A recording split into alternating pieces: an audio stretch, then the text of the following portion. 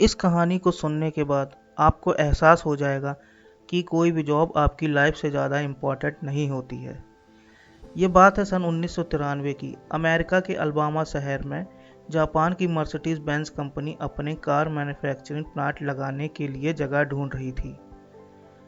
America की कई जगह में विजिट करने के बाद उन्होंने आखिरकार अमेरिका की एक सिटी अल्बामा में कार मैन्युफैक्चरिंग प्लांट लगाने का डिसीजन लिया। यह वहाँ के लोगों के लिए बहुत अच्छी खबर थी, क्योंकि अब उनके शहर में बहुत सारी जॉब ऑफर होने वाली थी। मर्सिडीज बेंज कंपनी को देखते हुए और भी कई बड़ी कार मैन्युफैक्चरिंग कंपनियां जैसे होंडा, हुंडई और टोयोटा ने भी अपना प्लांट लगाने का वहां फैसला किया। इन कंपनियों को कार के पार्ट सप्लाई करने के लिए कई पार्ट्स मैन्युफैक्चरिंग कंपनियों ने भी वहां पर अपने प्लांट लगा लिए। अब इस वजह से वहां के लोगों के लिए हजारों की संख्या में जॉब ऑफर होने लगी थी। धीरे धीरे वहां की एक बड़ी आबादी इन कार मैन्युफैक्चरिंग और पार्ट मैन्युफैक्चरिंग कंपनियों में काम करने लगी थी। इसी माहौल में साल 1995 में एक लड़की का जन्म होता है जिसका नाम रेजिना एलिस था। रेजिना का बचपन इसी ऑटोमोबाइल इंडस्ट्री के आसपास बीता। वह रोजाना कार के पार्ट्स को एक जगह से दूसरी जगह लाने ले जाने वाले भारी ट्रकों को देखा करती थी और वहां पर काम करने वाले कई एम्प्लॉइयों को देखा करती थी। उसकी फैमिली के कुछ लोग भी इन कंपनियों में काम किया करते थे। रेजिना बहुत ही शांत स्वभाव की लड़की थी। उसे जानवरों से भी बहुत ज़्यादा प्यार था और उसे बुक रीडिंग करना भी काफ़ी पसंद था। अगर सड़क पर उसे कोई घायल या बेसहारा कुत्ता दिखाई देता था तो वह उसकी मदद किया करती थी और कई बार तो उसकी हेल्प करने के लिए अपने घर भी ले आती थी। उसका खुद का एक कुत्ता था जिसका नाम काओ था। रेजिना का सपना था कि वह बड़े होकर पीडियाट्रिशियन यानी बच्चों का डॉक्टर बने। हाई स्कूल में पढ़ाई पूरी करने के बाद उसने स्थानीय कम्युनिटी कॉलेज में एडमिशन ले लिया। उसकी पढ़ाई का सारा खर्चा वहाँ की सरकार उठा रही थी। लेकिन कॉलेज में पढ़ाई के दौरान उसे एक लड़के से प्यार हो जाता है। वह उसके साथ अपनी पूरी ज़िंदगी शुरू करना चाहती थी, लेकिन दोनों की फाइनेंशियल कंडीशन ज़्यादा अच्छी नहीं थी। रेजिना उस समय पर पढ़ाई कर रही थी और वह जिस लड़के से प्यार करती थी वो भी वॉलमार्ट में काम किया करता था और उसकी भी इनकम बहुत ज़्यादा नहीं थी। इतनी कम इनकम में दोनों के लिए शादी करके अलग रहना काफ़ी मुश्किल था। इसलिए रेजिना ने फैसला किया कि अभी उसकी उम्र 20 साल है, अगर वह कुछ टाइम के लिए काम करेगी और बाद में फिर वह अपनी दोबारा स्टडी पर लौट आएगी। लेकिन उसके माता पिता इस नौकरी करने के फैसले से बिल्कुल नाखुश थे, क्योंकि उसके माता पिता खुद भी इस तरह की फैक्ट्रियों में काम कर चुके थे और उन्हें पता था कि वहाँ का वर्किंग कल्चर कितना मुश्किल हो सकता है। उसके सिस्टर और ब्रदर भी उसे इस नौकरी करने के लिए मना कर रहे थे। लेकिन रेजिना के ऊपर अपनी शादी की तैयारी का और बाकी खर्चों का बहुत ज़्यादा दबाव था। उसे शादी के लिए एक ड्रेस खरीदनी थी और उसने अपने लिए एक नई कार भी खरीद ली थी। इन सब खर्चों की वजह से उसके ऊपर काफ़ी आर्थिक दबाव आ गया था, इसलिए उसे नौकरी करना बहुत ज़्यादा ज़रूरी था।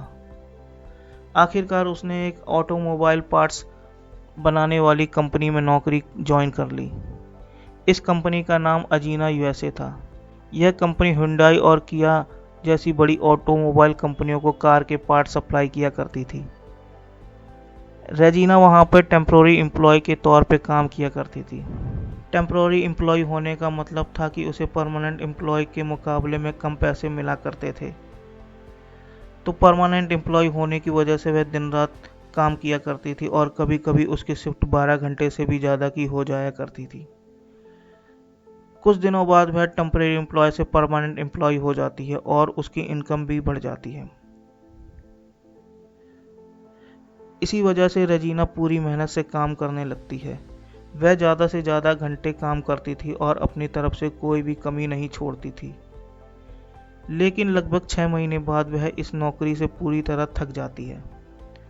उसे कई कई घंटे लगातार काम करना पड़ता था और कई बार तो 12 घंटे से भी ज़्यादा काम करना पड़ता था।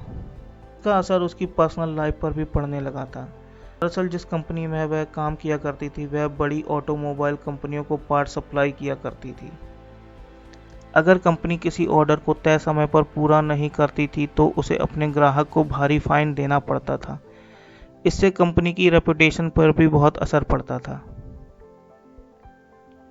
इसी वजह से कंपनी अपने वर्कर पर लगातार प्रोडक्शन का प्रेशर बनाए रखती थी ताकि हर ऑर्डर को समय पर पूरा किया जा सके। इस दबाव की वजह से वहां पर काम करने वाले एम्प्लॉय भी जल्दी जल्दी अपने काम को पूरा करने की कोशिश किया करते थे। रेजिना भी इसी वर्किंग प्रेशर से परेशान हो चुकी थी। आखिरकार उसने फैसला किया कि वह नौकरी छोड़ देगी। उसका प्लान था कि वह अभी कोई पार्ट टाइम जॉब करेगी और दोबारा अपनी पढ़ाई स्टार्ट करेगी। उसका सपना अभी भी वही था कि वह एक दिन बच्चों का डॉक्टर बनेगी। रेजिना के इस फैसले को लेकर उसके माता पिता बहुत ज़्यादा खुश थे। उन्हें लगा कि अब उनकी बेटी दोबारा नॉर्मल लाइफ में वापस आ जाएगी और अपनी पढ़ाई के सपने को भी पूरा करेगी। लेकिन शायद किस्मत को कुछ और ही मंजूर था। एक दिन रेजिना उसी फैक्ट्री में ड्यूटी कर रही थी। उस दिन उसका काम कुछ इंडस्ट्रियल रोबोट को मॉनिटर करने का था। इन रोबोट का काम कार के अलग अलग मेटल पार्ट्स को वेल्डिंग करने का था। रेजिना इन कंप्यूटर स्क्रीन के जरिए इन रोबोट को मॉनिटर कर रही थी कि वह सही तरीके से काम कर रहे हैं या नहीं। कुछ समय बाद उसने देखा कि रोबोट नंबर 23 ने काम करना बंद कर दिया है। यह रोबोट सीधे तौर पर रेजिना की जिम्मेदारी में नहीं था, लेकिन इसे मॉनिटर करने वाला कर्मचारी उस समय मौजूद नहीं था। रोबोट के बंद होने की वजह से पूरी टीम का काम प्रभावित हो सकता था। रेजिना अपने एक टीम मेंबर के साथ उस रोबोट के पास गई। दोनों ने फैसला किया कि उन्हें मेंटेनेंस टीम का इंतजार करना चाहिए ताकि कोई टेक्नीशियन आके रोबोट को ठीक कर सके। लेकिन काफ़ी समय बीत गया और मेंटेनेंस वाला कोई अभी वहां पहुंचा नहीं था।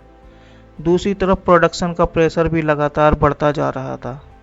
रेजिना की टीम को अपना डेली टास्क पूरा करना था। अगर रोबोट ज़्यादा देर तक बंद रहता तो उनके लिए अपना टारगेट पूरा करना बहुत मुश्किल हो जाता। आखिरकार रेजिना ने फैसला किया कि वह रोबोट को खुद ठीक करने की कोशिश करेगी। वह सेफ्टी ग्रिल को पार करके रोबोट के पास चली जाती है। उसके हाथ में एक स्क्रू ड्राइवर जैसा टूल होता है। वह रोबोट के एक हिस्से को खुद ठीक करने की कोशिश करती है। कुछ देर बाद उसे लगता है कि रोबोट ठीक हो गया है, लेकिन तभी रोबोट का आर्म फिर से एक्टिवेट हो जाता है और इससे पहले रेजिना कुछ समझ पाती रोबोट का आर्म बहुत तेजी से उसके तरफ आने लगता है। रोबोट के आगे लगे वेल्डिंग उपकरण सीधा रेजिना के पेट में लग जाते हैं और रोबोट रेजिना को उठाकर पीछे की दीवार से चिपका देता है। वह उसी हालत में रोबोट और दीवार के बीच में फंस जाती है। यह पूरा दृश्य देखकर वहां पर मौजूद कर्मचारी घबरा जाते हैं। फिर एक टीम मेंबर तुरंत इमरजेंसी स्टॉप बटन दबाता है। रोबोट रुक तो जाता है, लेकिन तब तक रेजिना की हालत बहुत ज़्यादा बुरी हो चुकी थी। उसे रोबोट से बाहर निकालना भी आसान नहीं था। फिर एक कर्मचारी तुरंत मेंटेनेंस वाले व्यक्ति को अपनी गाड़ी में स्वयं वहां लेकर पहुंचता है, लेकिन मेंटेनेंस वाला कर्मचारी को इस स्थिति देखकर कुछ समझ नहीं आ रहा था कि वह आखिरकार क्या करे। ऊपर से वहां पर मौजूद लोग उस पर लगातार प्रेशर बना रहे थे कि कुछ वो जल्दी एक्शन ले, लेकिन रेजिना की हालत को देखकर वह घबरा गया और वहां से भाग गया। कुछ समय बाद आखिरकार इमरजेंसी मेंटेनेंस टीम वहां पहुंची। काफी कोशिश के बाद रेजिना को रोबोट से बाहर निकाला गया और तुरंत हॉस्पिटल ले जाया गया, लेकिन तब तक बहुत देर हो चुकी थी। हादसे में उसके शरीर के अंदर गंभीर चोटें आई थी और उसके कई महत्वपूर्ण ऑर्गन्स बुरी तरीके से डैमेज हो चुके थे। कुछ समय बाद हॉस्पिटल में ही रेजिना की मौत हो जाती है। उसकी उम्र सिर्फ 20 साल की थी। सबसे दुखद बात यह थी कि वह नौकरी में लंबे समय तक नहीं रहना चाहती थी। वह नौकरी छोड़ने का फैसला कर चुकी थी। वह दोबारा पढ़ाई शुरू करना चाहती थी। वह अपने सपने को पूरा करना चाहती थी, लेकिन अपनी नौकरी खत्म करने से कुछ समय पहले ही उसके साथ ऐसा भयानक हादसा हो गया। बाद में इस मामले की जांच हुई और सामने आया कि हादसे के पीछे सिर्फ रेजिना की गलती नहीं है। दरअसल कंपनी के वर्किंग सिस्टम और सेफ्टी ट्रेनिंग पर भी गंभीर सवाल उठाए गए।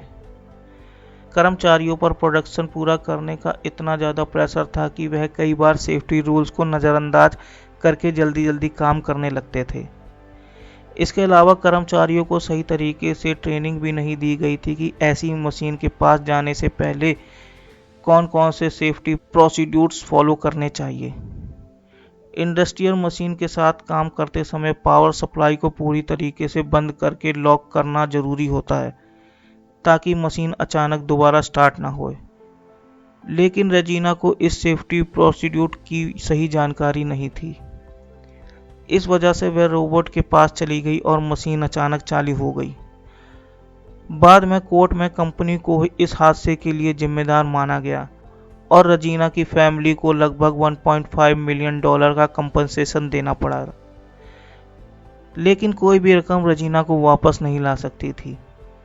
एक 20 साल की लड़की जिसका सपना था कि वह बच्चों का डॉक्टर बने और सिर्फ नौकरी और प्रोडक्शन टारगेट के दबाव की वजह से वह अपनी ज़िंदगी खो बैठी।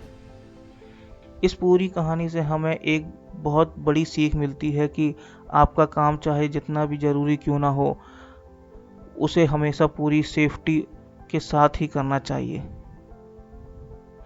क्योंकि अगर काम थोड़ा देर से होगा तो उसे दोबारा पूरा कर लिया जाएगा। अगर नौकरी चली भी गई तो दूसरी नौकरी मिल जाएगी, लेकिन अगर ज़िंदगी एक बार चली गई तो वापस नहीं मिल पाती। इसलिए काम कीजिए, मेहनत कीजिए, लेकिन सेफ्टी को कभी इग्नोर मत कीजिए, क्योंकि कोई भी जॉब आपकी लाइफ से ज़्यादा इम्पोर्टेंट नहीं होती। अगर ये वीडियो आपको ज़रा भी पसंद आई हो तो वीडियो को लाइक करना और इसी तरीके की वीडियो देखने के लिए चैनल को सब्सक्राइब करना। मिलते हैं नेक्स्ट वीडियो में। Thank you.